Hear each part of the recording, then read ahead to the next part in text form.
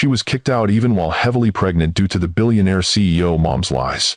Her next move made them regret. Security, please escort Mrs. Sinclair from the building immediately. Her access has been terminated. Rhiannon Hayes stared in disbelief at her mother-in-law across the gleaming boardroom table, one hand instinctively moving to protect her 8-month pregnant belly. Margot, what are you doing? I don't understand. That's Miss Sinclair to you. The older woman replied, her voice like polished steel. We have evidence you've been selling proprietary information to our competitors. The board has unanimously voted for your immediate dismissal. This is insane. I've done nothing wrong. Rhiannon's voice broke as 2 security guards appeared in the doorway. Where's Keegan? I need to speak to my husband. Margot Sinclair's perfectly painted lips curved into a cold smile. My son knows everything. Who do you think provided the evidence? Have you ever had everything you believed in shattered in a single moment? Ever been betrayed by the people who were supposed to love you most? This is the story of a woman who lost everything. Her job, her home, her marriage, all while carrying a child. But what her powerful in-laws never expected was that in destroying her life, they created their most formidable adversary. If you've ever been underestimated, overlooked, or betrayed by those closest to you, this story will resonate deep in your soul. Give this video a like if you believe that sometimes the greatest success comes after our most devastating failures. I'm Mr. Wentworth, and today I'm bringing you the remarkable story of Rhiannon Hayes, the woman who transformed from homeless mother to be the most powerful force in luxury hospitality, all because a billionaire CEO made the fatal mistake of thinking she could destroy her daughter-in-law without consequences. The security guard stood awkwardly at the boardroom door, clearly uncomfortable with escorting a visibly pregnant woman from the building. Rhiannon struggled to process what was happening as 20 board members avoided her eyes, shuffling papers and staring at their tablets. This is a mistake, she said, her voice steadier now as the initial shock gave way to anger. I've been nothing but loyal to Meridian Hotels. I've increased customer satisfaction scores by 23% in the 9 months I've headed guest experience. Margot Sinclair, CEO of Meridian Luxury Hotels and matriarch of the Sinclair dynasty, stood at the head of the table, resplendent in a crimson power suit that matched her signature lipstick. At 62, she remained a commanding presence with her silver-streaked black hair cut in a severe bob and eyes that had witnessed and orchestrated countless corporate executions. The evidence is irrefutable, Margot announced to the room, ignoring Rhiannon's protests. Emails to Elysian Hotels detailing our upcoming property acquisitions. Proprietary customer data transferred to external drives. Design plans for our new flagship sent to personal accounts. That's impossible. I would never. We don't have time for denials, Mrs. Sinclair, or should I say Miss Hayes, since the prenuptial agreement you signed clearly states that corporate espionage constitutes grounds for immediate annulment, with all marital benefits forfeit. The room swam before Rhiannon's eyes as the full implications hit her. Not just fired, but divorced. Not just divorced, but left with nothing. And a baby due in 4 weeks. I need to speak to Keegan, she repeated, her hand protectively covering her swollen belly, where her daughter kicked furiously, as if sensing her mother's distress. My son is currently in Tokyo, finalizing the Meridian Ginza acquisition. He's aware of the situation and supports the board's decision fully. Margot nodded to the security guards. Please ensure Miss Hayes turns in her company devices and identification before leaving the premises. The taller guard approached cautiously. Ma'am, if you'll come with us, please. Rhiannon looked around the table one last time, searching for a sympathetic face among the executives she'd worked alongside for nearly a year. She found none. Whatever evidence Margot had manufactured must have been convincing. This isn't over, she said quietly, gathering what dignity remained. The truth will come out. It already has, Margot replied dismissively, already turning her attention to her tablet. The rest is just paperwork. The walk through Meridian's headquarters was the longest of Rhiannon's life.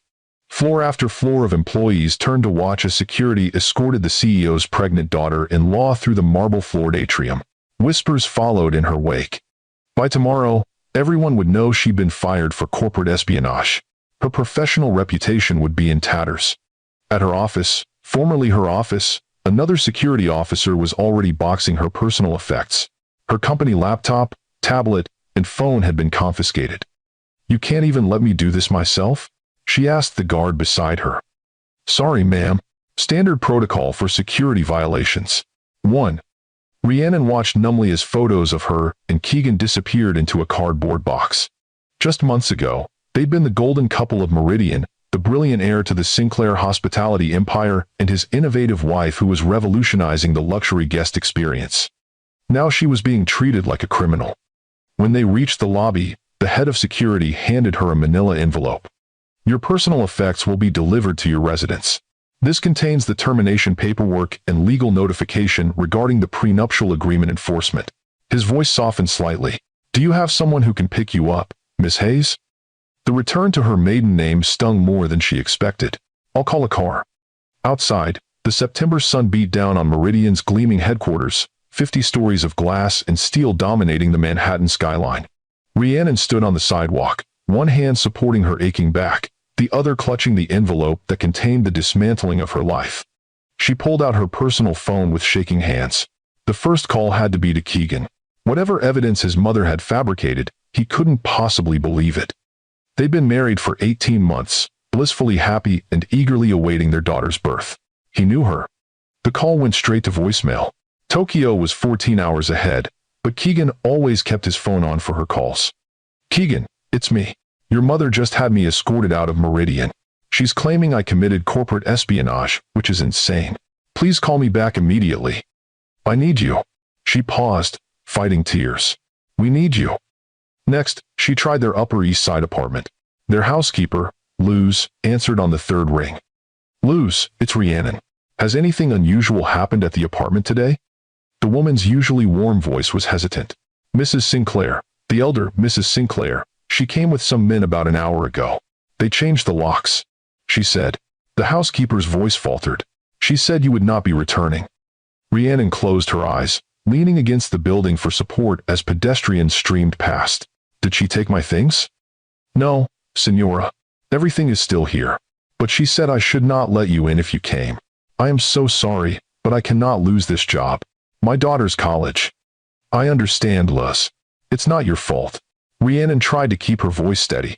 Could you pack some of my clothes and prenatal vitamins? Maybe leave them with the doorman. I'll send someone to pick them up. Of course, Senora. Right away. After hanging up, Rhiannon stood frozen on the sidewalk, the magnitude of her situation washing over her in waves. In the span of an hour, she had lost her job, her home, and apparently her husband. At 8 months pregnant, she had nowhere to go and no immediate access to funds. The joint accounts would surely be frozen by now. She had exactly $237 in her personal checking account, a remnant from before her marriage, her phone, and whatever was in her purse. No credit cards that weren't tied to Sinclair accounts. No family to turn to. Both her parents had died years ago in a car accident. Rhiannon took a deep breath, fighting back panic. One step at a time.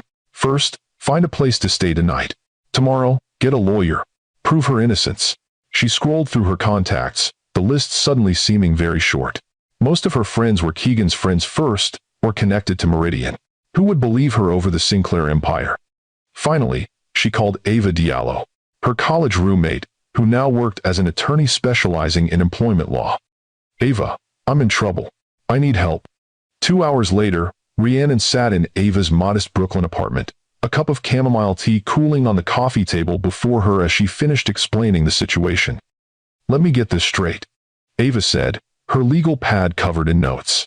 Your mother-in-law accused you of corporate espionage, fired you in front of the entire board, referenced emails and data transfers you never sent, implied your husband provided evidence against you, and then locked you out of your home, all while you're 8 months pregnant with her grandchild?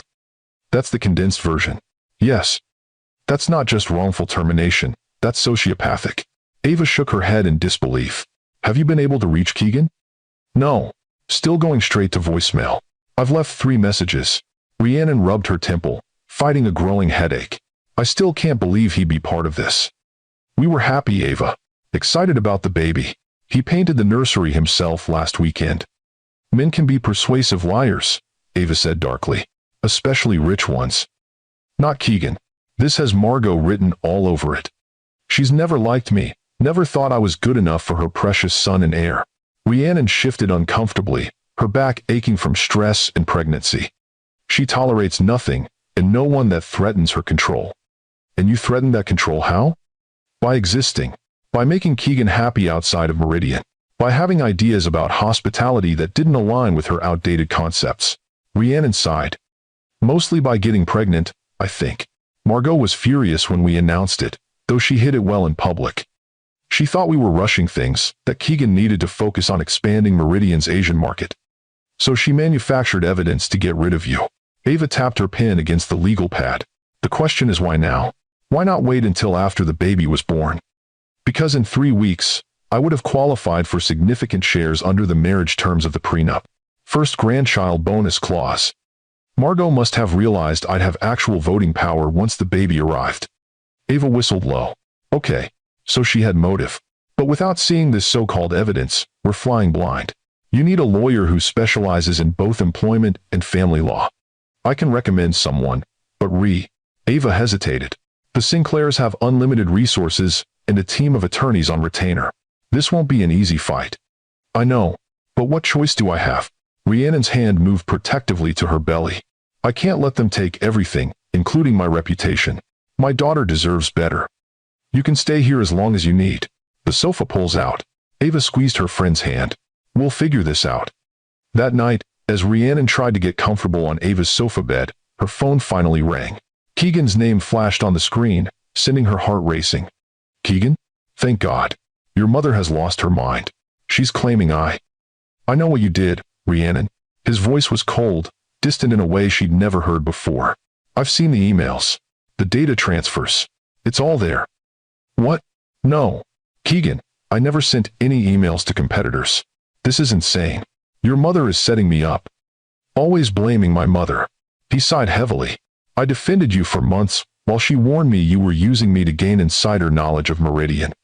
I refused to believe it until I saw the evidence myself. What evidence? I've done nothing wrong. The evidence I found on your laptop 3 days ago. The emails in your drafts folder, ready to send as soon as you had access to the Ginza property plans. The external drives with proprietary customer data hidden in your desk drawer. I didn't. Those aren't mine. Someone planted them. Your mother. Stop. His voice hardened. You're making this worse. The divorce papers will be delivered tomorrow. The prenup is clear. You get nothing in cases of corporate espionage or infidelity. Infidelity? I've never. The emails, Rhiannon. To Julian Chen at Elysian. Can't wait to see you again. Last night was incredible. Did you think I wouldn't find those too? Rhiannon felt physically ill. I've never even met Julian Chen. Those emails are fabricated. You can tell that to your attorney. Mine advises no further contact between us, except through legal channels. He paused, and for a moment his voice softened. For what it's worth, I did love you. I never thought you'd betray me like this. Keegan, listen to me. I'm 8 months pregnant with your daughter. I have nowhere to go, no money. You can't possibly believe I would risk everything we have for corporate secrets and an affair. You know me. I thought I did. The coldness returned. You'll receive a one-time payment of $50,000 as specified in the prenup, for immediate severance of all ties. My lawyer advises that's more than generous given the circumstances. And the baby? Your daughter? Is she just a circumstance to be handled by your lawyers too? A long pause. Once paternity is confirmed, we can discuss appropriate child support and custody arrangements. Paternity? You're questioning if she's yours now too? Rhiannon could barely speak through her shock and fury. We planned this pregnancy, Keegan. We were trying for months. One? Given everything else you've lied about, forgive me for being cautious. Goodbye, Rhiannon. Please direct all future communication through your legal representation. The line went dead, leaving Rhiannon staring at her phone in disbelief. How had Margot managed this? How had she convinced Keegan, of all people, to believe such outrageous lies? Sleep was impossible after that. Rhiannon lay awake, replaying her whirlwind romance and marriage to Keegan Sinclair, searching for warning signs she might have missed. They had met at a hospitality conference in London 18 months earlier. Rhiannon, then 28, had been presenting her innovative approach to luxury guest experiences. Keegan, heir to the Meridian Empire at 32, had been captivated by both her ideas and her. Their connection was immediate and intense. Despite Margot's obvious disapproval, they had married within 3 months. Rhiannon had signed the prenup without much thought. She wasn't after Keegan's money, and the terms seemed fair as long as both parties were faithful. She had happily accepted a position heading guest experience at Meridian, excited to implement her vision of personalized luxury on a global scale. The pregnancy 9 months into their marriage had been joyfully planned, with Keegan even more excited than she was about becoming a parent. They had chosen names, designed the nursery, started researching progressive education options. Never once had he given her reason to doubt his love or loyalty. Until today, when his mother had finally shown her true colors, and Keegan had revealed himself to be Margot's son after all, blindly loyal to the woman who had controlled his life since birth. Rhiannon placed both hands on her swollen belly, feeling her daughter's restless movements. "It's just you and me now, Phoenix," she whispered, using the name they had chosen together. "But I promise you, we'll be okay. And someday, we'll make them regret ever underestimating us." If you've ever been betrayed by someone you love completely, hit that like button. Share in the comments a time when someone's lies turned your life upside down. And subscribe to Lux Love Chronicles with Mr. Wentworth for more stories of betrayal, resilience, and sweet, sweet revenge. The $50,000 from Keegan arrived the next morning, along with divorce papers citing corporate espionage and infidelity. Rhiannon's first call was to the lawyer Ava had recommended, a sharp-eyed woman named Elora Mehta who specialized in high-profile divorces. "This prenup is ironclad," Elora confirmed after reviewing the documents in her downtown office. The Sinclair legal team crafted it specifically to protect the family and company against any form of perceived threat. "But the allegations are false," Rhiannon insisted. "I never sent those emails. I never transferred any data. I've certainly never met Julian Chan, let alone had an affair with him." "I believe you," Elora said, her expression sympathetic but pragmatic. "But proving it will be difficult and expensive. Electronic evidence can be manipulated by experts, and the Sinclairs have clearly employed them. Do you have $50,000 for a forensic investigation that might not yield results?" Rhiannon's shoulders slumped. "No. I have exactly $50,000 to my name, and a baby due in less than a month."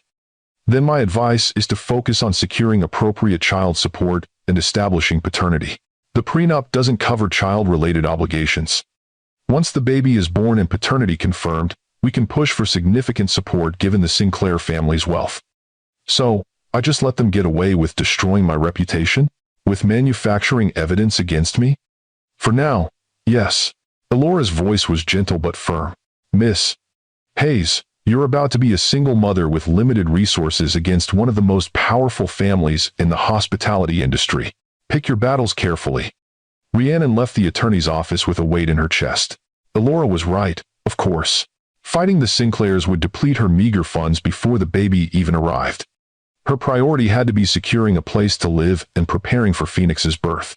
With Ava's help, she found a small studio apartment in Queens that she could afford for a few months while figuring out her next steps. The place was a far cry from the luxury she'd grown accustomed to: peeling paint, an ancient refrigerator that hummed loudly all night, neighbors who argued in multiple languages through the thin walls.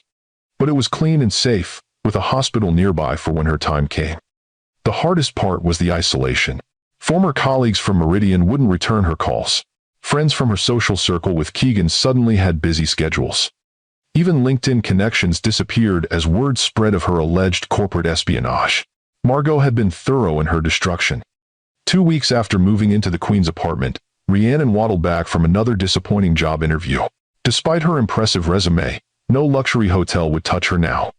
The Sinclair influence reached too far. "You need to consider positions outside hospitality," the recruiter had suggested kindly. "With your background in customer experience, perhaps tech or retail." But hospitality was Rhiannon's passion. Before Keegan, before Meridian, she had been building a promising career in boutique hotel management. Her approach to personalized luxury experiences had been gaining recognition in the industry. Now that reputation was in tatters. As she approached her building, a sleek black town car idled at the curb, immediately triggering her suspicion.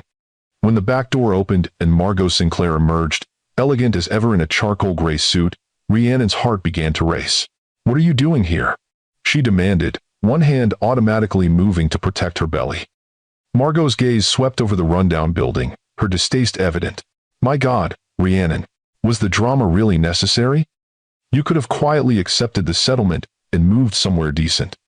"The settlement for crimes I didn't commit?" For lies you fabricated? Rhiannon's voice shook with anger. Why are you here, Margot? To offer you a better arrangement. One that benefits everyone, including my grandchild. Margot glanced pointedly at Rhiannon's stomach. May we speak somewhere private? I doubt you want your neighbors witnessing this conversation. Against her better judgment, Rhiannon led her former mother-in-law up 3 flights of stairs to her studio apartment. Margot surveyed the small space with the same expression she might use for a subpar hotel room. My offer is simple, she said, remaining standing rather than risk the worn sofa. $1 million.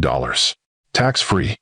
In exchange, you relinquish all parental rights to the child and sign an enhanced non-disclosure agreement regarding the Sinclair family and Meridian hotels.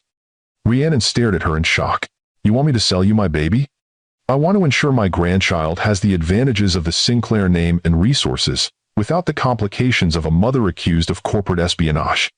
The child deserves better than this. She gestured around the apartment. Get out.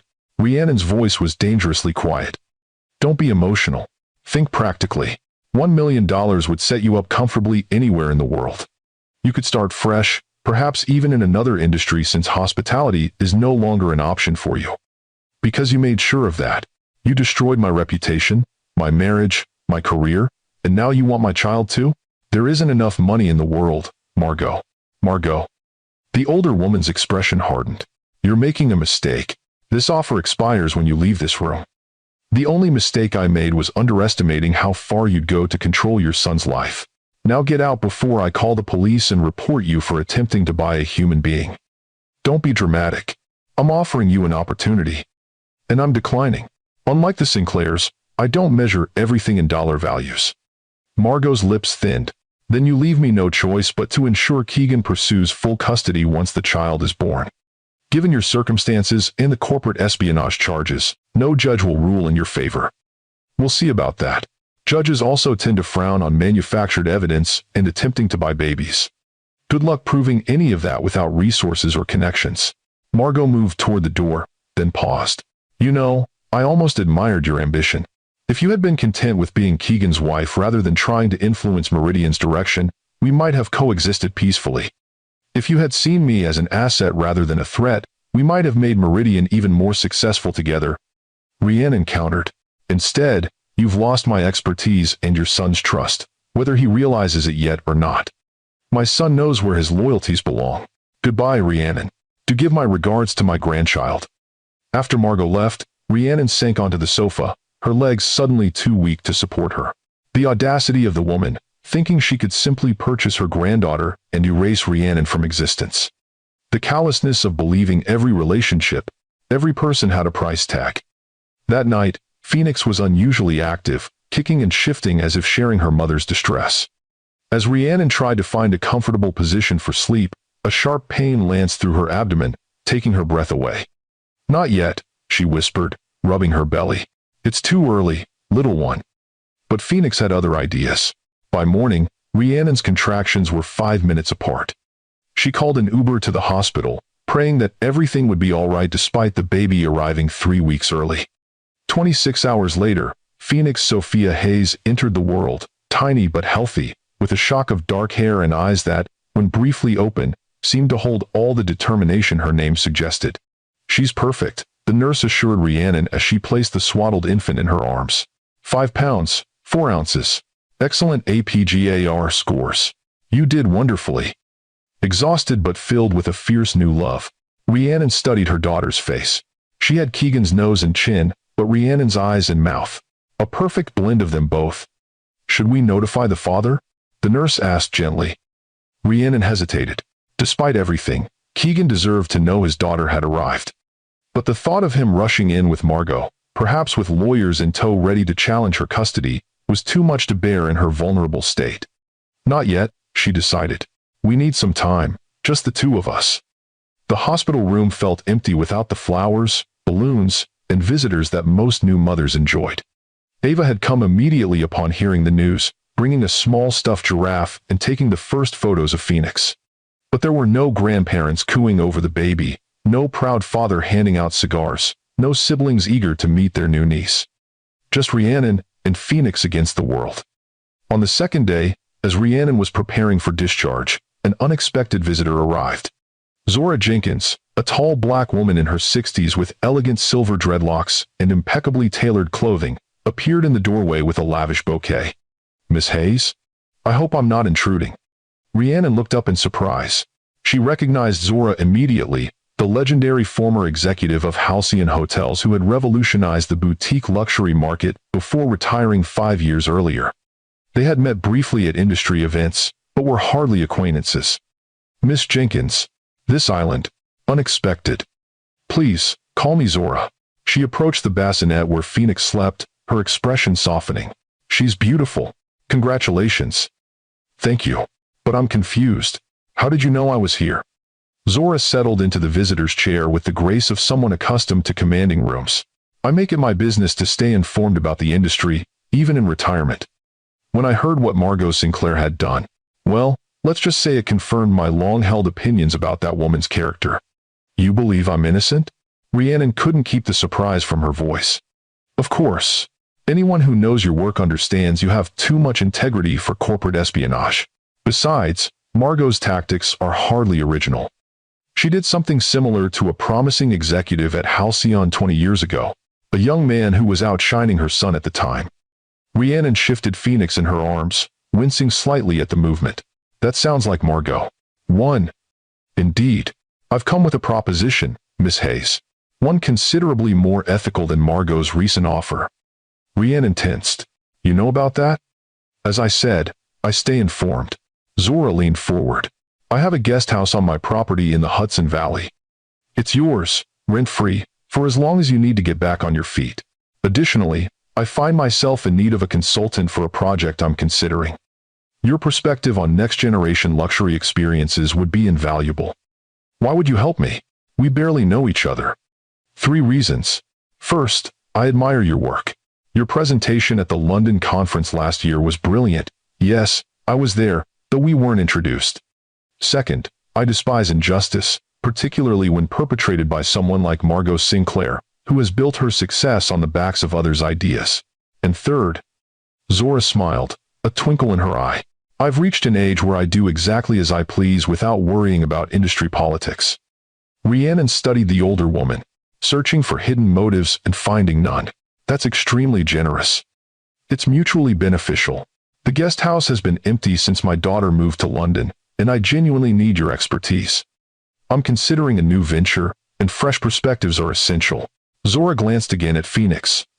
"Besides, that little one deserves a peaceful start in life, away from Margot's manipulations."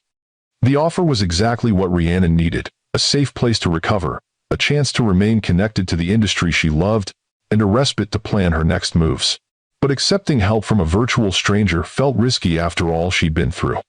"I understand your hesitation," Zora said, reading her expression. "Trust doesn't come easily after betrayal. Take some time to think about it.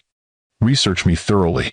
You'll find I'm generally considered one of the good ones in this cutthroat industry." She placed her card on the bedside table. "My driver is at your disposal whenever you're discharged. Whether you accept my offer or not, he'll take you wherever you need to go." After Zora left, Rhiannon spent hours researching the woman on her phone while Phoenix slept. Everything checked out. Zora Jenkins was indeed legendary in the hospitality world.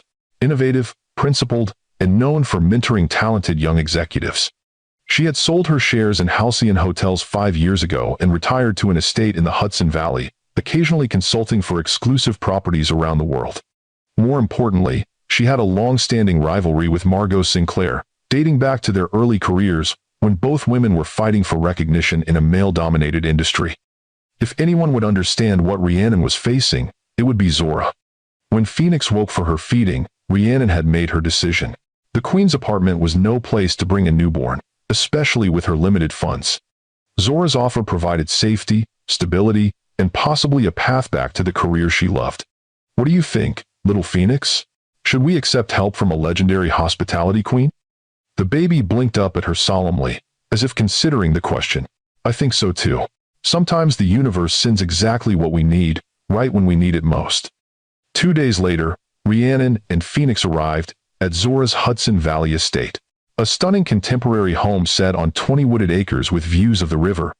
The guest house proved to be a charming two-bedroom cottage with modern amenities and a small office perfect for remote work. This is temporary, Rhiannon told herself as she settled Phoenix into the beautiful bassinet Zora had provided, just until we figure out our next move.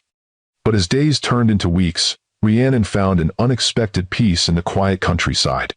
Phoenix thrived, gaining weight and developing the strong lungs that her mother jokingly attributed to righteous indignation at the Sinclair injustice. More surprisingly, Rhiannon and Zora developed a genuine friendship. The older woman was a wealth of industry knowledge, sharing insights gained from decades, building one of the world's most respected boutique hotel chains. In the evenings, after Phoenix was asleep, they would sit on Zora's terrace discussing the future of luxury, hospitality, and the changes needed in an industry still dominated by outdated thinking. The problem with Margot and her ilk, Zora explained one evening, is that they confuse luxury with exclusivity. True luxury is about exceptional experiences tailored to individual desires, not about keeping people out. Exactly. Rhiannon agreed, excited to find someone who understood her vision. My approach at Meridian was to create personalized journeys for each guest. Technology tracking preferences. Staff empowered to create memorable moments, spaces that transform based on needs. But Margot kept insisting on maintaining standards that were really just barriers. 1. Because Margot's generation believes luxury must be rarefied to maintain value. They're wrong, and the market is already proving it. Zora sipped her wine thoughtfully. What would you do differently if you were starting from scratch? I'd build a hospitality experience around transformation rather than transaction, Rhiannon said without hesitation. Luxury travelers today don't want just comfort and status, they want meaning, connection, growth. I'd create spaces that facilitate that while maintaining the highest standards of service and amenities. Zora smiled slowly. That's precisely the concept I've been considering for my next venture. Next venture? I thought you were retired. Semi-retired. And restless. Zora leaned forward. I've been watching the industry consolidate under conglomerates like Meridian, becoming increasingly homogenized. There's an opening for something truly innovative. Something that might challenge Margot Sinclair's outdated empire. Rhiannon's heart raced at the implication. Are you suggesting? I'm suggesting a partnership, my dear. Your vision, my experience, and connections. Together, we could create something revolutionary in the luxury space. Zora's eyes sparkled with excitement. I have the capital to fund initial development. What I need is someone with your insight and determination to drive it forward. You want me to help you start a competing hotel chain? Against Meridian? Against all the stagnant luxury brands. But yes, particularly against Meridian. Zora held Rhiannon's gaze. Think of it as poetic justice. The woman Margot discarded, creating the next evolution in luxury, hospitality. The idea was both terrifying and exhilarating. To build something from scratch, to prove Margot wrong in the most definitive way possible, by succeeding where she had failed to innovate. I have a 3-month-old daughter, Rhiannon reminded her. And no reputation left in the industry. Margot saw to that. You have a brilliant mind, unparalleled insight into guest experience, and nothing left to lose. As for Phoenix, my home has raised 3 generations of Jenkins women. There's room for one more determined little girl. Zora's expression grew serious. Besides, what better legacy could you leave your daughter than showing her how to rise from the ashes of betrayal and build something magnificent? Phoenix. The name they had chosen represented rebirth. Rising from destruction to create something new. Perhaps it had been prophetic. I'd need complete creative control over the guest experience concepts, Rhiannon said slowly. Naturally. And transparency in all business dealings. After Meridian, I can't risk. You'll have access to everything. Full partnership, with equity that vests immediately. Zora smiled knowingly. I'm not Margot Sinclair. I don't need to control everything and everyone around me to feel powerful. That night, after Phoenix's midnight feeding, Rhiannon sat by the window of the guest house, looking out at the moonlit Hudson River. 6 months ago, she had been Rhiannon Sinclair, pregnant wife of Meridian's heir, implementing her vision of next-generation luxury on a global scale. Now she was Rhiannon Hayes, single mother, professionally disgraced, starting over from nothing. But perhaps that nothing was actually everything she needed. Freedom from Meridian's constraints, from Margot's control, from a marriage that had proven less solid than she believed. Freedom to create something truly revolutionary. What do you think, Phoenix? She whispered to her sleeping daughter, "Should we show the Sinclairs what happens when you underestimate a woman with nothing left to lose?" The baby sighed in her sleep, one tiny fist raised as if in determination. Decision made. Rhiannon reached for her laptop and began typing. By morning, she had outlined the foundational concept for what would become Solstice Retreats, a new paradigm in transformational luxury hospitality. If you believe that sometimes our greatest setbacks lead to our greatest comebacks, hit that like button and subscribe to Lux Love Chronicles with Mr. Wentworth. Comment below if you've ever been underestimated and proved everyone wrong. I read every comment and love hearing your stories of triumph over adversity. 3 months after that moonlit decision, Rhiannon sat in Zora's home office reviewing architectural renderings for the first Solstice retreat. Phoenix lay on a play mat nearby, batting at colorful hanging toys and practicing her newly discovered skill of rolling over. "The central courtyard needs to be more adaptable," Rhiannon said, marking up the digital plans. "Remember, the spaces need to transform based on guest needs, from meditation sanctuary to social gathering to private dining." Zora nodded in agreement. "I'll have the architects revise it. The construction team in Sedona is eager to begin once we finalize." They had chosen Sedona, Arizona for the first Solstice property, a dramatic red rock setting perfect for the wellness and transformation focus of their concept. An existing boutique hotel had come on the market at the right price, needing significant renovation but with good bones and spectacular views. "Have you heard anything more from Keegan?" Zora asked carefully. Rhiannon's expression tightened. After Phoenix's birth, she had notified Keegan via her attorney, including the DNA test results confirming his paternity. His response had been a formal acknowledgement through his lawyers and an offer of child support that, while generous, came with extensive conditions regarding Phoenix's upbringing and Rhiannon's limited role in Sinclair family matters. Nothing beyond the formal communications. "I think Margot has him convinced I'm using Phoenix to manipulate him somehow." She glanced at her daughter, who was now trying to stuff her entire fist into her mouth. "Her loss. Phoenix is the most amazing little person. And she has her mother's determination," Zora observed as the baby frowned in concentration, attempting again to roll from back to stomach. "Speaking of which, Elora called while you were with the designers. There's been an interesting development." Rhiannon looked up sharply. "What kind of development?" "A former Meridian IT specialist contacted her. Someone who was let go in the recent restructuring. He claims to have evidence that your corporate emails were accessed and manipulated before your termination." "Evidence against Margot?" "Potentially. Elora is meeting with him tomorrow to evaluate the credibility of his claims." Hope flickered in Rhiannon's chest for the first time in months. "If we could prove the evidence was fabricated, it could clear your professional reputation," Zora finished, "and possibly strengthen your position regarding Phoenix." That evening, Rhiannon allowed herself to imagine vindication, her name cleared, her reputation restored, perhaps even an apology from Keegan once he realized how thoroughly his mother had manipulated them both. But by morning, pragmatism had returned. Even with evidence of tampering, fighting the Sinclairs would be expensive and draining. Her focus needed to be on Phoenix and Solstice. Success would be her true vindication. The IT specialist, Devin Ramirez, proved to be a goldmine of information. He had been part of Meridian's cybersecurity team during Rhiannon's termination and had witnessed suspicious activities in the system. Miss Sinclair, the elder Miss Sinclair, brought in an outside consultant for a security audit 3 weeks before you were fired. He explained during a video call with Rhiannon, Zora, and Elora. This consultant had unrestricted access to the email servers and data archives. I raised concerns about protocol violations, and 2 days later, I was part of a part of structuring that eliminated my entire department. "Can you prove the emails attributed to me were fabricated?" Rhiannon asked. "Not directly. No, but I can prove someone accessed your accounts during unusual hours when you weren't in the building. And I have documentation of my concerns being dismissed by senior management."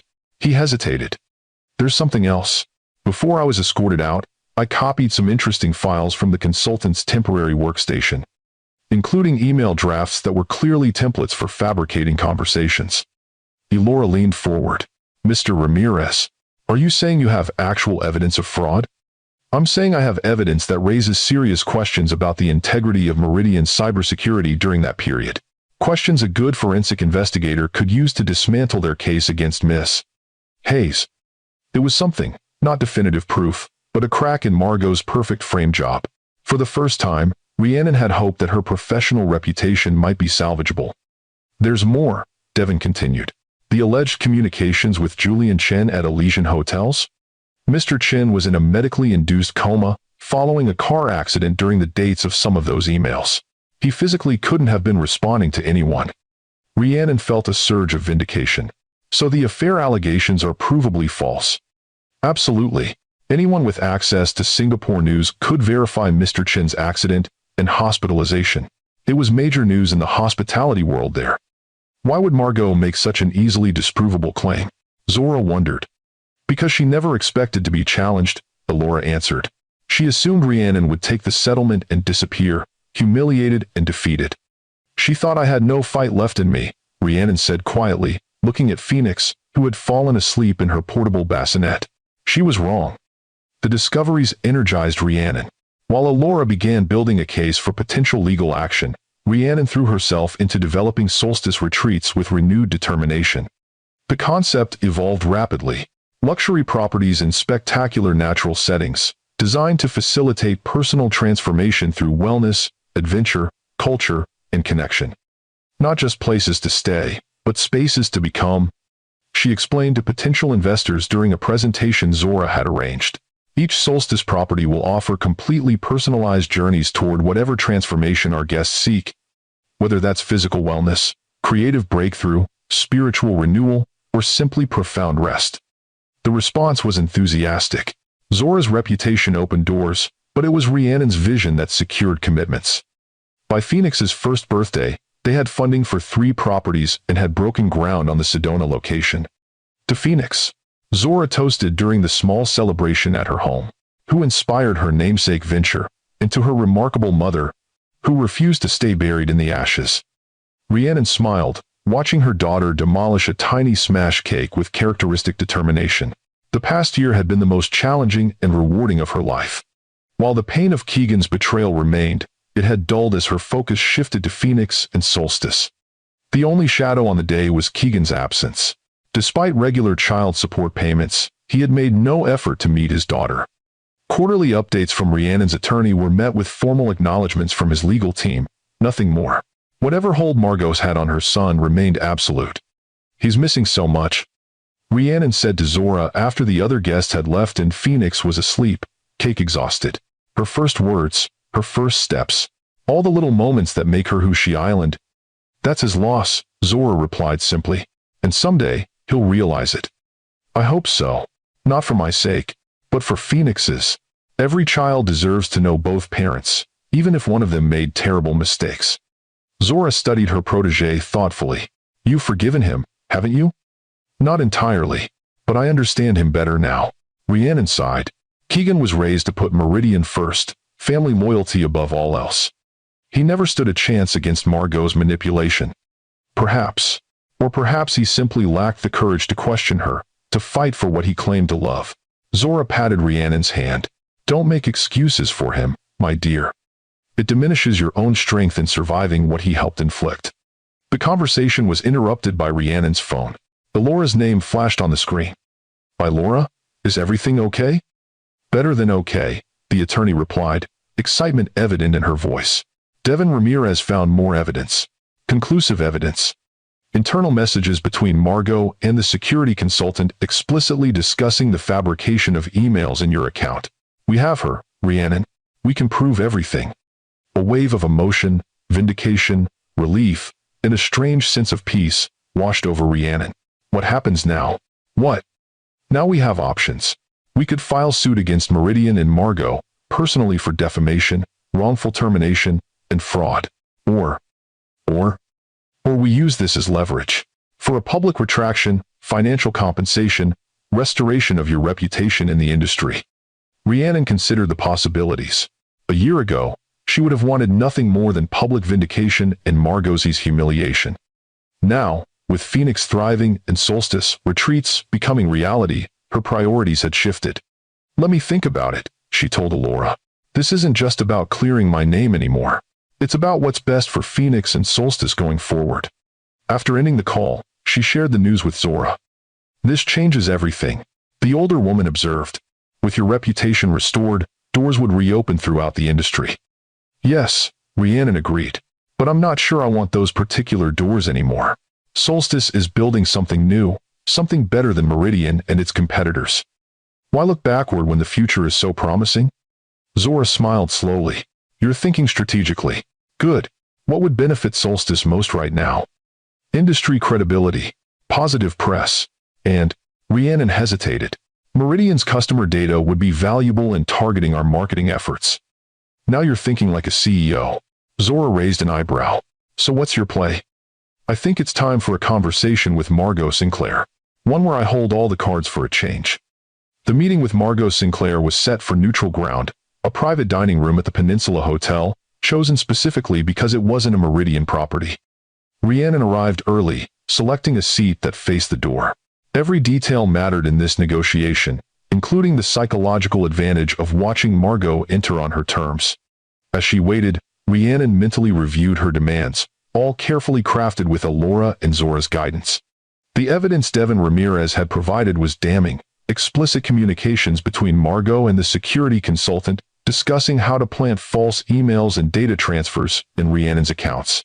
Proof that would not only clear her name but could potentially destroy Margot's career and reputation. The door opened precisely at noon, and Margot Sinclair strode in with the confidence of someone who had never lost a negotiation. Her silver-streaked bob was impeccable, her navy suit perfectly tailored, her expression revealing nothing as she took in Rhiannon seated at the head of the table. Miss Hayes, she acknowledged coolly, taking a seat without waiting for an invitation. I was surprised by your request for a meeting. I believe our lawyers have established all necessary communication protocols regarding Phoenix. This isn't about Phoenix. At least, not directly. Rhiannon maintained eye contact, refusing to be intimidated. This is about rectifying a grievous professional wrong. Margot's expression didn't change, but her fingers tightened slightly on her purse. If this is about your termination, that matter is closed. The evidence was reviewed by the entire board. Yes, the fabricated evidence that you commissioned. Rhiannon opened her portfolio and slid several printed documents across the table. Internal communications between you and a security consultant named Marcus Webb, discussing how to plant false emails in my account. Timestamp showing access to my email when I was verifiably elsewhere.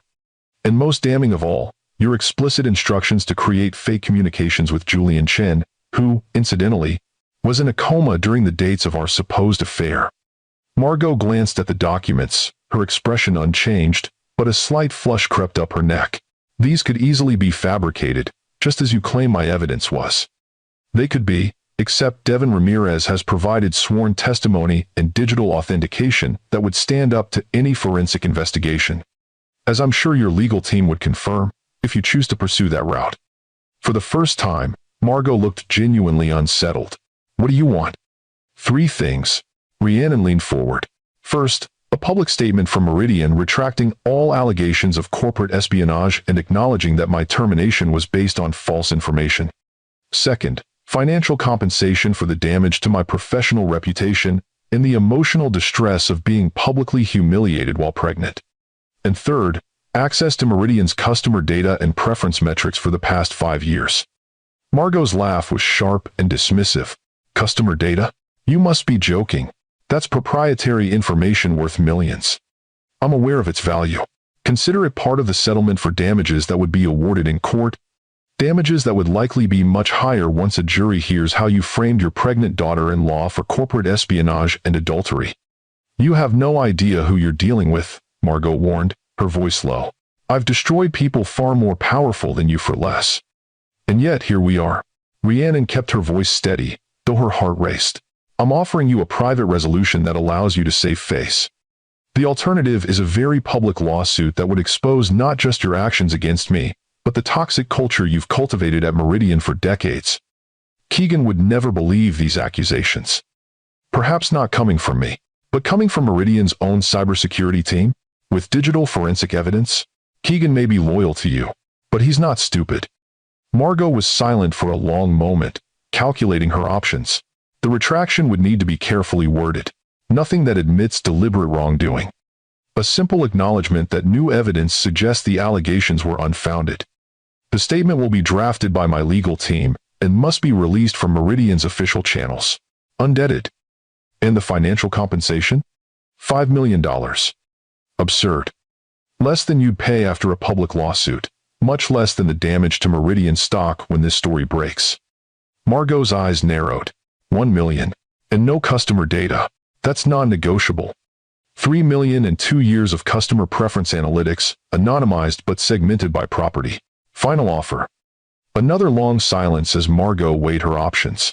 Rhiannon could almost see the calculations happening behind her cold eyes. $2 million. 1 year of anonymized analytics. And no admission of wrongdoing in the public statement. The statement must clearly exonerate me of all allegations. That's non-negotiable, but I can accept $2 million and 1 year of data. Margot studied her former daughter-in-law with something approaching respect. You've changed. Motherhood and betrayal will do that. Rhiannon closed her portfolio. My attorney will contact yours with the formal terms. I expect the statement to be released within 1 week, and the data delivered within 2. And what about Keegan? Will you be showing him this so-called evidence as well? The question caught Rhiannon off guard. She had been so focused on clearing her name professionally that she hadn't fully considered how this might impact her relationship with Keegan or his relationship with Phoenix. That depends on you, she said finally. My priority is Phoenix's well-being. She deserves to know her father, but only if he's prepared to be consistently present in her life. Your interference has already cost her a year without her father. Keegan is focused on expanding Meridian. He doesn't have time for the distraction of a child. Then perhaps he shouldn't have created one.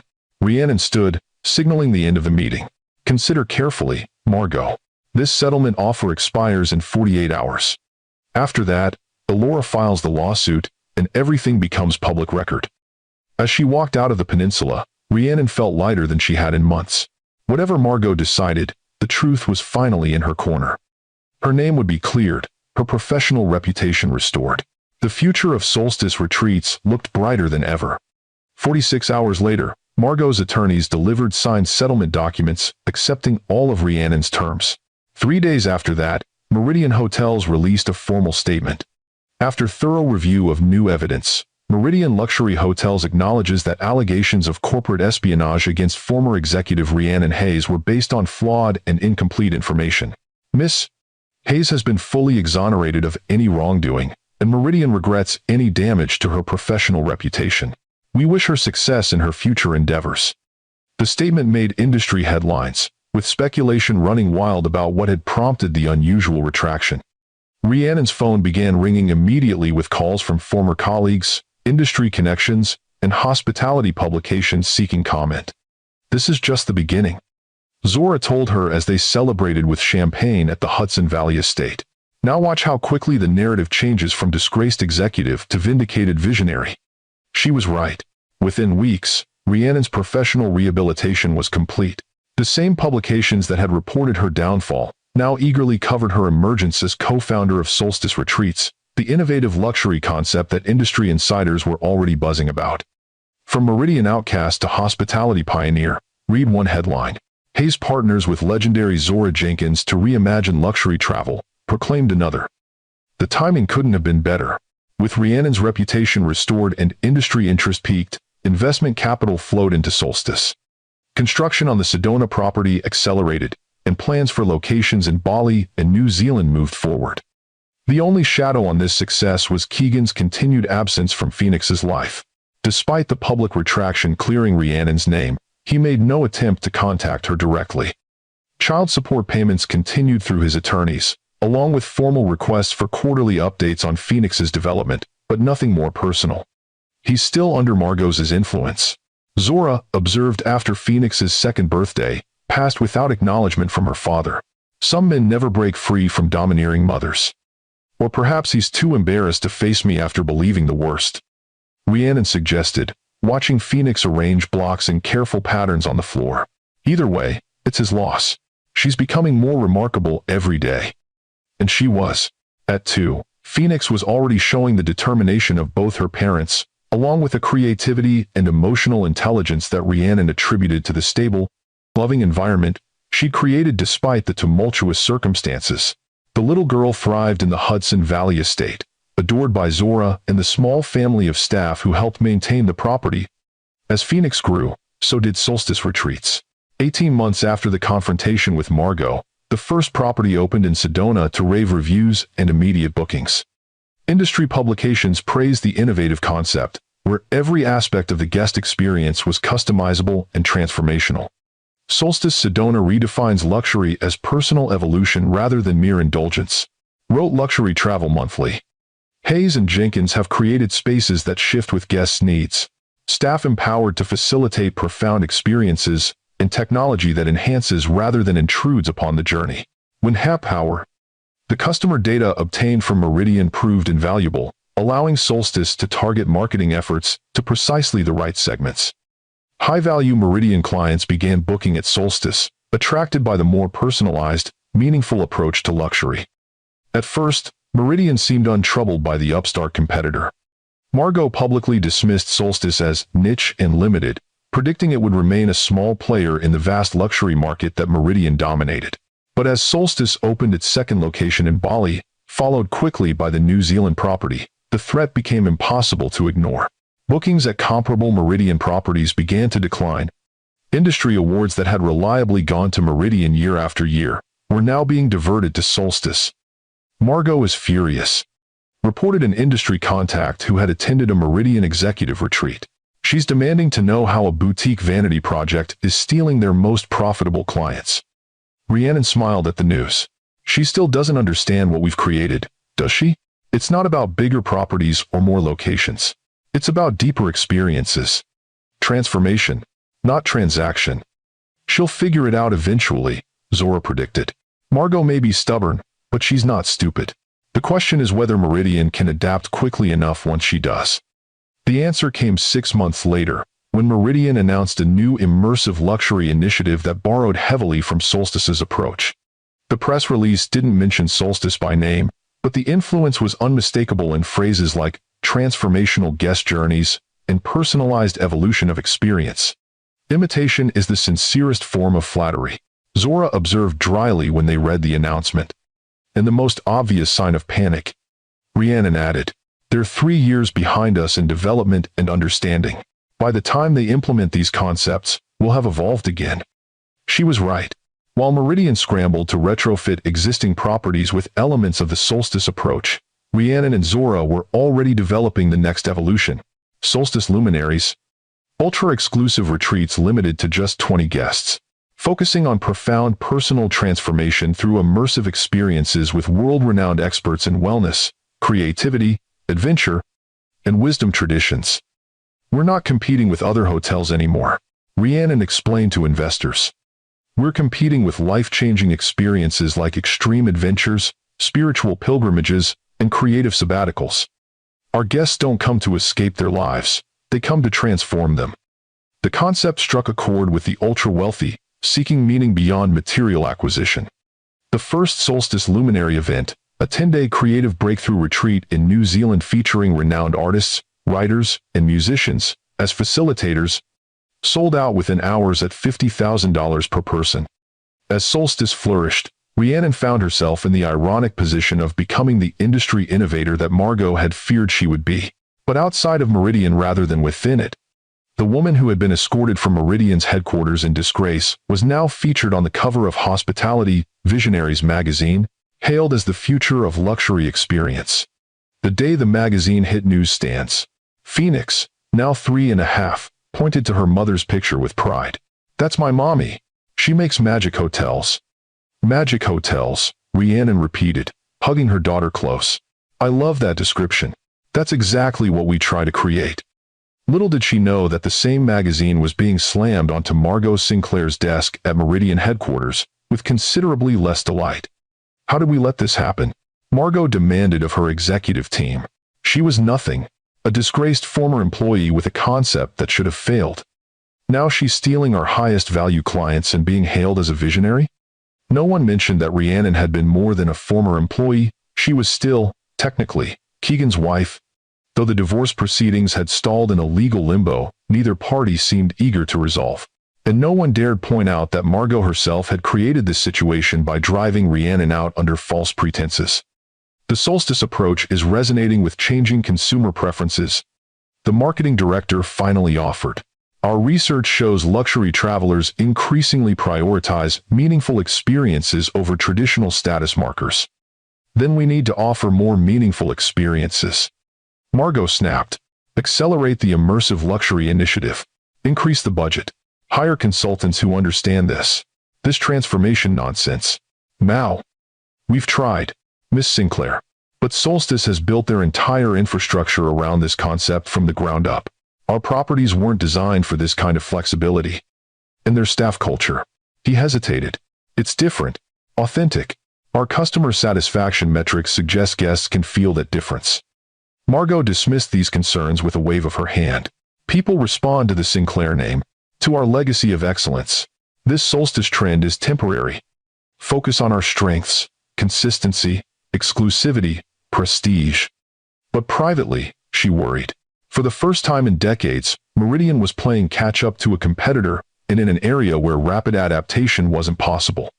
Worse, the competitor was led by the woman she had personally tried to destroy, a woman who now understood Meridian's weaknesses intimately. The situation deteriorated further when the nominations for the International Luxury Hospitality Awards were announced. Solstice Retreats was nominated in 6 categories, including Most Innovative Concept and Best Guest Experience, categories Meridian had dominated for years. Most painful of all, Rhiannon Hayes was nominated for Hospitality Visionary of the Year, an award Margot had won 3 times. You have to attend, Zora insisted when Rhiannon hesitated about going to the ceremony in London. This is industry validation of everything we've built. Besides, she added with a twinkle in her eye, imagine Margot's face when they call your name. It's not about proving anything to Margot, Rhiannon protested, though part of her thrilled at the thought of that public vindication. Of course not. It's about claiming your rightful place in the industry, and strategic visibility for Solstice. In the end, Rhiannon agreed to attend, bringing Phoenix with her to London for her first international trip. At nearly 4, the little girl was a delightful traveler, charming flight attendants and hotel staff with her precocious observations and infectious enthusiasm. She has your eye for detail, Zora noted as Phoenix meticulously arranged her toys in the London hotel suite. And Keegan's systematic approach, a perfect combination for a future hospitality leader. The night of the awards ceremony arrived with a flurry of excitement. Rhiannon chose a gown in Solstice's signature deep teal, its clean lines and subtle shimmer, reflecting the brand's elegant but unstuffy aesthetic. Phoenix, left with a trusted nanny for the evening, had helped select her mother's jewelry, simple pearl and moonstone pieces that had been Rhiannon's mother's. For luck, Phoenix had explained solemnly as she fastened the clasp of the necklace. So you win all the prizes.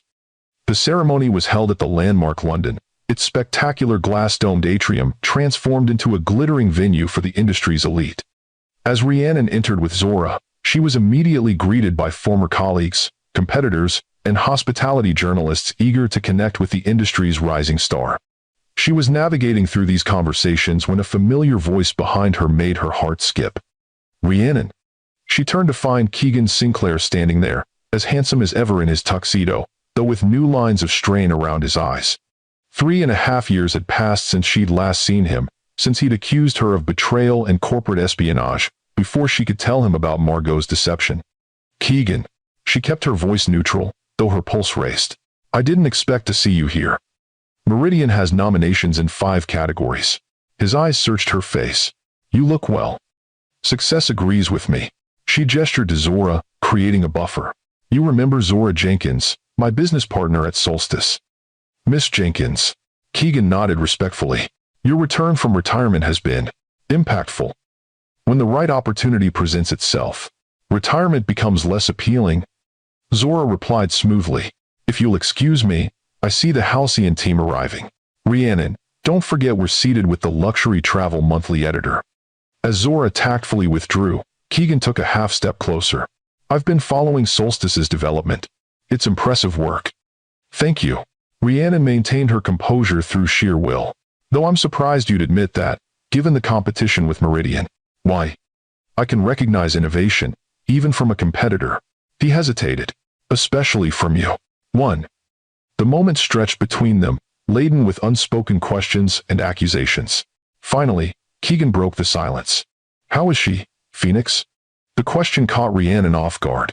In their limited legal communications, Keegan had never expressed direct interest in their daughter beyond formal acknowledgments of the quarterly updates. She's remarkable, brilliant, creative, determined. She's here in London with me, actually. Keegan's expression changed, a flash of something like longing crossing his features. She's nearly 4 now. Yes, her birthday was last month. I know. He looked away briefly. I've kept track. Before Rhiannon could respond, a commotion near the entrance drew their attention. Margot Sinclair had arrived, commanding the room as always in a dramatic scarlet gown, surrounded by Meridian executives. I should join my mother, Keegan said, regret evident in his voice. It was good to see you, Rhiannon. Was it? She couldn't help asking. He met her eyes directly. Yes, better than I expected. As he walked away, Rhiannon tried to process the unexpected encounter. Keegan had seemed different, less certain, more reflective, and he had asked about Phoenix with what appeared to be genuine interest. What had changed? She didn't have time to dwell on the question as the ceremony began. Category after category was announced, with Solstice and Meridian often nominated against each other. To Margot's visible frustration, Solstice won Best Guest Experience and Most Innovative Concept, while Meridian took awards for Legacy Brand and Global Reach. When the Hospitality Visionary of the Year category was announced, Rhiannon found herself holding her breath. The nomination alone was validation of everything she'd built, but winning would be the ultimate industry acknowledgement of her approach. In the Visionary of the Year island, the presenter paused dramatically. Rhiannon Hayes of Solstice Retreats, for revolutionizing the concept of luxury through transformational guest experiences. The applause was thunderous as Rhiannon made her way to the stage, still processing the reality of the moment. As she accepted the Crystal Award, she glanced toward the Meridian table where Margot sat rigid with displeasure. Beside her, Keegan was actually applauding, his expression unreadable from a distance. Thank you for this extraordinary honor, Rhiannon began. 3 years ago, I found myself at a crossroads, personally and professionally devastated, with a baby on the way and an uncertain future. She paused, feeling the room's attention sharpen. Everyone knew the vague outlines of her story, though few knew the full details of Margot's deception. What seemed like an ending became the beginning of something far more meaningful than I could have imagined. Solstice Retreats was born from the belief that true luxury isn't about exclusivity or ostentation, but about transformation, creating spaces and experiences that allow people to become more fully themselves. She continued, acknowledging Zora's mentorship, the Solstice team's dedication, and the clients who had embraced their vision. As she concluded, she couldn't resist one final point. Sometimes our greatest innovations emerge from our greatest challenges. I'm grateful for every step of this journey, even the painful ones, that led to creating something that matters. Thank you. The standing ovation that followed confirmed what Rhiannon already knew. She had won not just the award, but the respect of an industry that had once shunned her based on Margot's lies. As she returned to her table, she caught Keegan's eye across the room. He nodded slightly, an acknowledgement she couldn't quite interpret. After the ceremony, during the lavish reception, Rhiannon was approached by countless industry figures offering congratulations and partnership opportunities. She was deep in conversation with a potential investor when she felt a presence at her elbow. Miss Hayes, may I speak with you privately? It was Marcus Reed, Meridian's CFO and a longtime ally of Margot's. I'm rather busy at the moment, Mr. Reed, she replied coolly. It concerns Mr. Sinclair and your daughter. His voice was low, urgent. Please, 5 minutes. Intrigued despite herself, Rhiannon excused herself from the investor and followed Reed to a quiet alcove off the main reception. I'll be direct, he said once they were alone. Keegan has discovered evidence of his mother's actions against you. He's struggling with the implications. In men. Rhiannon's heart raced. What evidence? One of the IT specialists Margot had dismissed recently reached out to him directly with documents. Similar to what you presented to Margot last year, I believe. Number 4. And he believes it now? After 3.5 years? He's verifying independently, but yes, I believe he does. Reed glanced toward the main reception, where Keegan could be seen in tense conversation with his mother. He asked me to tell you he'd like to meet, to discuss Phoenix, primarily, but also to clarify certain matters between you. Number 4. Rhiannon considered the request carefully. Part of her wanted to refuse, to make Keegan work harder for the privilege of meeting the daughter he'd ignored for nearly 4 years. But another part recognized that Phoenix deserved the opportunity to know her father if he was genuinely interested in being part of her life. Tomorrow morning, the landmark's garden terrace at 10. Phoenix will be with me. Reed nodded. I'll tell him. As the CFO walked away, Rhiannon tried to calm her racing thoughts. After all this time, Keegan was finally learning the truth. What would that mean for Phoenix? For the remnants of their relationship? For the future of both Solstice and Meridian? That night, as she tucked Phoenix into bed in their hotel suite, Rhiannon struggled with how to prepare her daughter for the morning's meeting. Phoenix, sweetheart, do you remember when we've talked about your daddy? About how he lives far away and has a very busy job? The little girl nodded, her dark eyes, so like Keegan's, serious in her small face. Daddy works at the big hotel company, the one that competes with your magic hotels. That's right. Well, tomorrow morning, you're going to meet him. He wants to say hello to you. Phoenix considered this information with characteristic thoughtfulness. Is he nice? Will he like me? He will adore you, Rhiannon assured her, pushing aside her own complicated feelings about Keegan. And yes, he can be very nice when he wants to be. Is he staying with us now? No, sweetheart. This is just a visit. A chance for you to meet each other. Phoenix nodded, accepting this explanation with the adaptability of children. Can I show him my drawing book? The one with all the hotel rooms I designed? Of course. I'm sure he'd love to see it. Rhiannon kissed her daughter's forehead, marveling at her resilience. Now sleep tight. Tomorrow is a big day.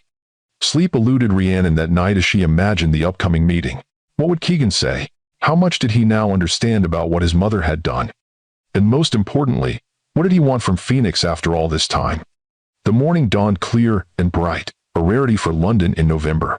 Rhiannon dressed Phoenix in her favorite blue dress, brushed her dark curls until they shone, and tried to calm her own nerves as they headed to the hotel's garden terrace.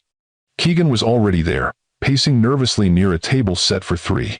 He stopped abruptly when he saw them, his eyes fixed on Phoenix with an expression of wonder and regret.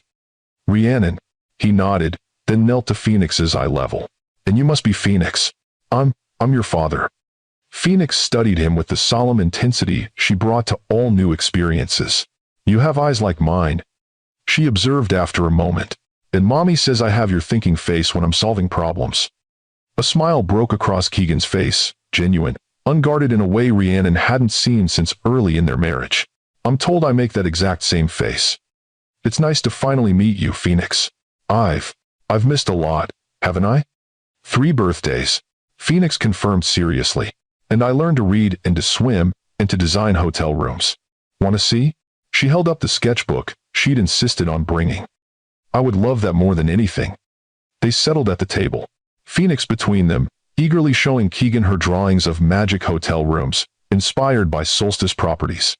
He responded with appropriate amazement, asking thoughtful questions about her design choices that delighted the little girl. Watching them, Rhiannon felt a confusing mix of emotions, joy that Phoenix was connecting with her father, resentment for the years of absence, concern about what Keegan's sudden interest might mean for their carefully constructed life. When Phoenix became distracted by a garden butterfly, Keegan finally addressed Rhiannon directly. She's incredible. So bright, so observant. Yes, she island. Rhiannon kept her voice neutral. What changed, Keegan? Why now? After nearly 4 years. His expression darkened. I received evidence. About what my mother did. The fabricated emails. The manufactured data transfers. He met her eyes directly. The things you tried to tell me, and I refused to believe. And you believe them now? I verified independently, hired my own forensic team, outside of Meridian's influence. He looked away, shame evident in his posture. I should have done that from the beginning. I should have trusted you, not her. Yes, you should have. Rhiannon couldn't keep the edge from her voice. Instead, you abandoned your pregnant wife based on obviously fabricated evidence. You questioned Phoenix's paternity. You've missed nearly 4 years of her life. I know. The simple acknowledgement surprised her. I have no excuse. I believed what I was raised to believe, that family loyalty meant loyalty to Meridian, and that meant loyalty to my mother's decisions. Even when those decisions destroyed your actual family? Especially then. He glanced at Phoenix, still chasing butterflies a few feet away. I've spent the past week confronting how thoroughly she manipulated me. How completely I failed you and our daughter. Rhiannon had imagined this moment of vindication, but the reality brought less satisfaction than expected. What do you want, Keegan? Why this meeting now? I want to know my daughter. I want to be part of her life, in whatever way you'll allow. He hesitated, and I wanted to apologize to you, face to face. I was wrong, catastrophically wrong, and I'm sorry. The apology, delivered without qualification or excuses, caught Rhiannon off guard. The Keegan she remembered would have found ways to distribute blame, to soften his own culpability. What about Margot? Does she know you're here? A grim smile crossed his face. Oh, she knows. We had quite the confrontation after I showed her the evidence I discovered. She tried to justify it at first, claimed she was protecting me, protecting Meridian. When that didn't work, she accused me of betraying the family legacy by even questioning her. That sounds like Margot. I've called an emergency board meeting for next week. I'm recommending she step down as CEO, with full retirement benefits but no ongoing operational role. His expression was determined. Meridian needs new leadership if we're going to compete in the changing luxury landscape. Leadership that understands what you've built with Solstice. The implications of this shift hung between them. Keegan as CEO of Meridian would change the competitive landscape significantly. And Phoenix? Rhiannon brought the conversation back to their daughter. What kind of relationship are you envisioning? Whatever you're comfortable with. Regular visits, video calls, perhaps extended time during school holidays as she gets older. He leaned forward earnestly. I know I have to earn your trust, and hers. I know I've missed irreplaceable time. But I want to be her father, Rhiannon. A real father, not just a name on legal documents and support payments. Rhiannon considered his words carefully. Despite everything, she had always believed Phoenix deserved to know her father, the good man Keegan, could be when not under his mother's influence. We'll start slowly, she decided. Supervised visits, regular video calls. We'll see how it develops from there, based on Phoenix's comfort and your consistency. That's more than fair. Relief washed over his features. Thank you. I'm not doing it for you. I'm doing it for her. I understand. Phoenix returned to the table then, breathlessly explaining her butterfly observations and asking if they could have pancakes for breakfast. As they ordered, Rhiannon watched Keegan with their daughter, saw his genuine delight in her stories, his patient responses to her endless questions, his obvious awe at the small person they had created together. Whatever happened between them professionally or personally, she could see that Keegan already loved Phoenix. That was something, at least, a foundation they could build on for their daughter's benefit.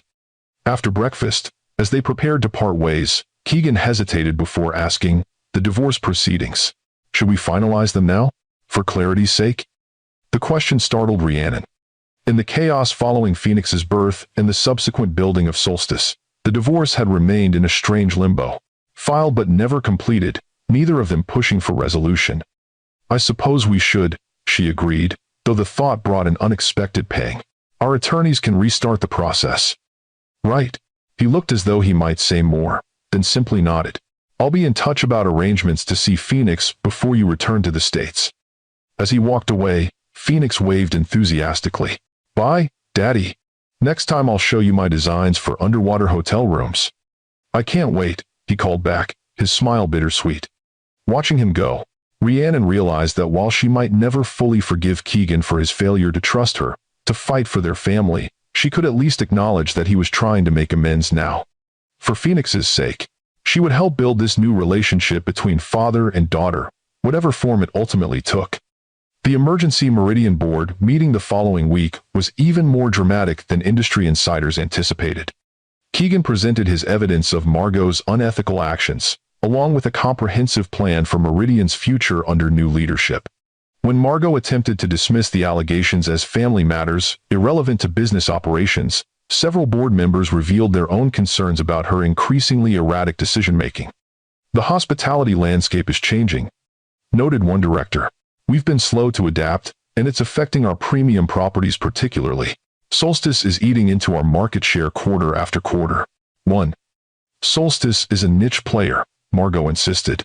Their concept is limited in scalability. Their concept is the future, Keegan countered.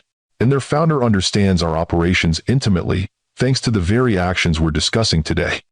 In the end, The vote was decisive. Margot would step down immediately, with Keegan assuming the CEO position. She would retain her board seat and emeritus title, but no operational authority. The news rocked the hospitality world.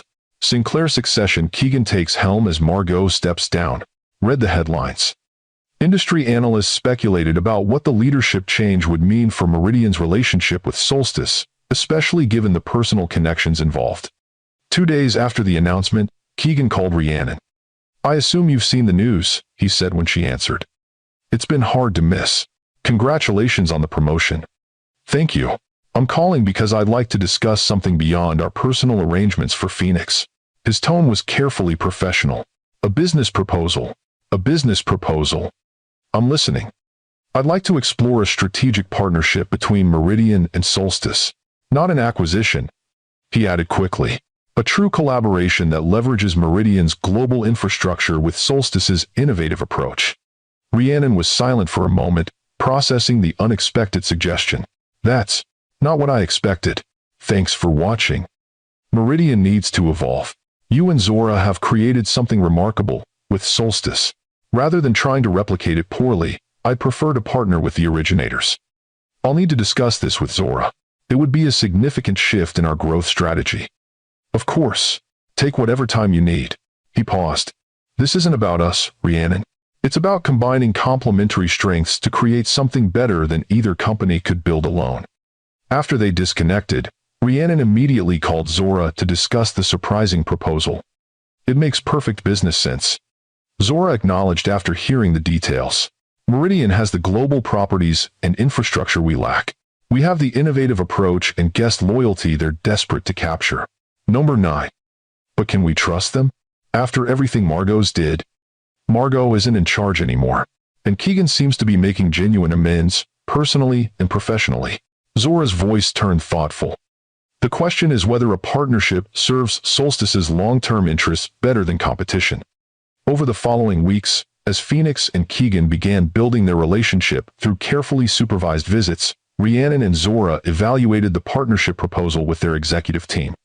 The potential benefits were significant. Access to Meridian's global properties would accelerate Solstice's expansion exponentially, while the partnership would provide protection against larger hospitality conglomerates. Eyeing both companies, 3 months after the London Awards ceremony, Rhiannon agreed to meet Keegan in New York to discuss concrete terms. They convened in neutral territory, a private conference room at a boutique hotel unaffiliated with either company. "Our analysis suggests a phased integration," Rhiannon explained, presenting the proposal Solstice had developed, beginning with cross-property privileges for top-tier guests, followed by Solstice design experiences in select Meridian properties, and eventually, full-concept Solstice spaces within Meridian's most suitable locations. Keegan reviewed the materials with the focused attention she remembered from their early days working together. "This is comprehensive. You've addressed most of my concerns about brand dilution while maximizing the potential synergies. Zora and I believe this approach preserves what makes each brand distinctive while creating something more valuable together." "I agree." He looked up from the proposal. "There's one element missing, though. Board representation. In a partnership of this magnitude, Solstice should have a voice in Meridian's governance, and vice versa." The suggestion made strategic sense, but Rhiannon hesitated. "That would require a level of trust we haven't established yet." "I understand your caution, but for this to work, we need more than contractual obligations. We need aligned vision at the highest levels." He was right, and Rhiannon knew it. A partnership this complex would fail without genuine collaboration and trust, qualities that had been shattered by Margot's actions and Keegan's failure to stand by her. "I'll discuss it with Zora, but reciprocal board seats would need to come with substantial voting rights, not just observer status. I wouldn't propose it otherwise." As they worked through the details, Rhiannon found herself oddly comfortable with the business-focused interaction. This was the Keegan she had first fallen for: brilliant, strategic, focused on building something significant. Without Margot's influence, he seemed to be rediscovering his own values and vision. By late afternoon, they had outlined an agreement that satisfied both sides. As they gathered their materials to leave, Keegan paused. "Phoenix asked me a question during our video call yesterday. She wanted to know why I don't live with you, if I'm her daddy." Rhiannon looked up sharply. "What did you tell her?" "The truth," in age-appropriate terms. That we loved each other once, but made mistakes and decisions that led us in different directions. That sometimes grown-ups can't live together even when they both love their child very much. That's a good explanation. She then asked if we might live together again someday, now that I'm being a proper daddy. He smiled slightly at the phrase. I told her that wasn't likely, but that we would always be connected through her, and that we were learning to be friends again. Friends? Rhiannon tested the word. After everything, could they actually build friendship from the ashes of their marriage? Too optimistic? Keegan asked, reading her expression. Maybe not. We're finding common ground professionally. Perhaps personal civility can follow. I'd like that, for Phoenix's sake, but also because, he hesitated, because I've missed you, Rhiannon. Not just as my wife, but as the person who challenged me to be better, to see beyond the Sinclair legacy to what might be possible. The admission hung between them, unexpected and complicated. Rhiannon wasn't ready to examine what, if anything, remained of her feelings for Keegan. The betrayal had cut too deep. The years apart had changed them both too much. Let's focus on the partnership, she said finally, and on co-parenting Phoenix effectively. The rest, we'll see. If you've ever watched someone who wronged you finally face the consequences of their actions, give this video a like. And if you believe in second chances, but only when they're truly earned, subscribe to Lux Love Chronicles with Mr. Wentworth for more stories of justice, redemption, and the complex journey to forgiveness. 6 months after the partnership agreement was signed, Solstice at Meridian launched its first location, a complete transformation of Meridian's Kyoto property into a hybrid that maintained Meridian's signature service, while incorporating Solstice's transformational experiences. The hospitality industry watched with fascination as the former competitors created something neither could have built alone. Hayes and Sinclair redefine luxury hospitality, read the headlines, often accompanied by photos of Rhiannon and Keegan at the grand opening, professional and polite, but with visible distance between them. What the photos didn't show were the private moments, Keegan and Phoenix FaceTiming daily, his regular visits to wherever Rhiannon and Phoenix were based that month, the gradual building of trust between co-parents focused on their daughter's well-being. Daddy's teaching me about hotel operations, Phoenix announced proudly during dinner at Zora's estate, where they still maintained their primary residence when not traveling. He says I need to understand both Meridian and Solstice if I'm going to run them someday. Rhiannon raised an eyebrow. Did he now? And is that what you want to do when you grow up? Maybe. Or I might be an astronaut hotel designer and make the first lunar resort. At 6, Phoenix's imagination was boundless, but her interest in the family businesses remained consistent. Either way, you have plenty of time to decide, Rhiannon assured her. Later that night, after Phoenix was asleep, Rhiannon called Keegan. So you're grooming our daughter to take over Meridian? He laughed, the sound warm through the phone. She asked about my work. I thought she should understand the family businesses, plural, I should say. She's 6, Keegan. And already designing hotel concepts, more innovative than most of our competitors. The Phoenix Lunar Resort sounds promising. Despite herself, Rhiannon smiled. She gets that imagination from neither of us. Must be recessive genes. Or perhaps the influence of a certain mentor with silver dreadlocks and visionary ideas. Zora would be delighted to take credit. They chatted easily about Phoenix's development, upcoming partnership projects, industry news. These conversations had become regular over the past year. First focused entirely on Phoenix, gradually expanding to include professional matters, and eventually touching on personal topics as well. The divorce papers came through. Keegan mentioned near the end of the call. Final hearing is scheduled for next month. I saw the notification. After nearly 7 years of marriage, most spent separated, their divorce would finally be official. Will you be there? If you want me to be. It seems appropriate. Closure and all that. Closure, he repeated, something unreadable in his tone. Yes, I suppose that's necessary. After they hung up, Rhiannon found herself reflecting on their journey, from whirlwind romance to bitter estrangement to this new, cautious collaboration. The pain of his betrayal had faded with time, and his consistent efforts to make amends. What remained was complicated but no longer agonizing. The divorce was finalized quietly, with both parties present but little emotion displayed. The terms were generous, acknowledging both Rhiannon's contributions to Meridian during their marriage and Keegan's ongoing commitment to Phoenix. As they left the courthouse, Keegan suggested lunch. To mark the occasion, he explained. Not in celebration, just acknowledgement. They ended up at a small bistro where they had eaten during their early dating days, before Meridian and family obligations had complicated everything. Do you ever wonder? Keegan asked as they waited for their food. What would have happened if my mother hadn't interfered? If we had stayed together, raised Phoenix as we planned? Sometimes, Rhiannon admitted. But then, Solstice wouldn't exist. At least, not in its current form. True. And you might never have met Zora, never developed your vision fully outside of Meridian's constraints. And you might never have stepped out from under your mother's influence to lead Meridian your way. He nodded thoughtfully. Perhaps it had to happen this way, painful as it was. Perhaps, though I would have preferred a path with less betrayal and public humiliation. Fair point, he smiled ruefully. I've never properly thanked you, you know. For what? For allowing me to know Phoenix, despite everything. For not poisoning her against me. For giving me the chance to be her father when I'd done nothing to deserve it. She deserves to know you, Rhiannon said simply. My issues with you are separate from her right to have her father in her life. Still, thank you. As they ate, conversation turned to their shared business interests. The Solstice at Meridian concept was expanding rapidly, with properties in Bali, Monaco, and Marrakesh already transformed and others in development. The partnership had exceeded financial projections while earning acclaim for innovation and guest satisfaction. We make a good team professionally, Keegan observed. Better than I expected, given our history. We always worked well together. That wasn't our problem. No, our problem was my failure to trust you over my mother, my weakness in allowing her to manipulate me. He met Rhiannon's eyes directly. I've thought often about what you said years ago, that I would regret my choice. You were right.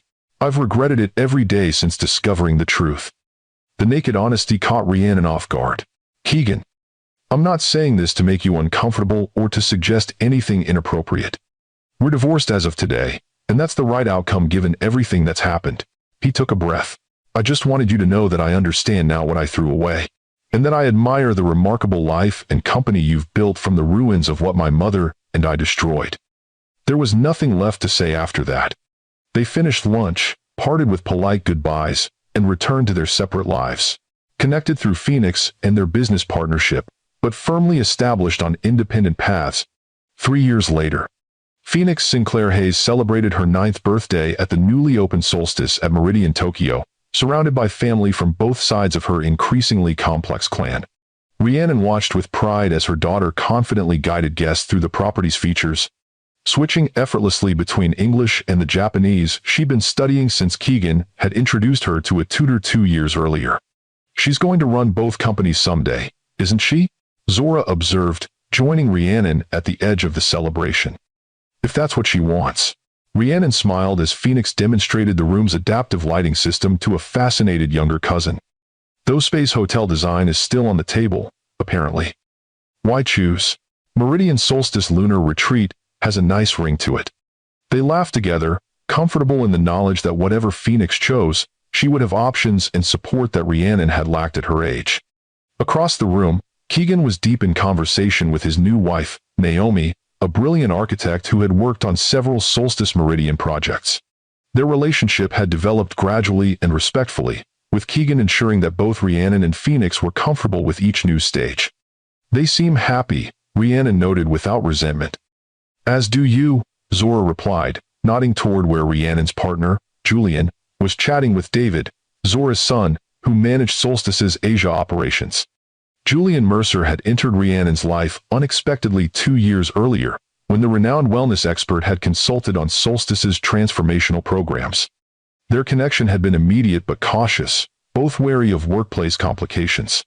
When the professional project ended, they had begun dating slowly, mindful of Phoenix's feelings and the complex family dynamics.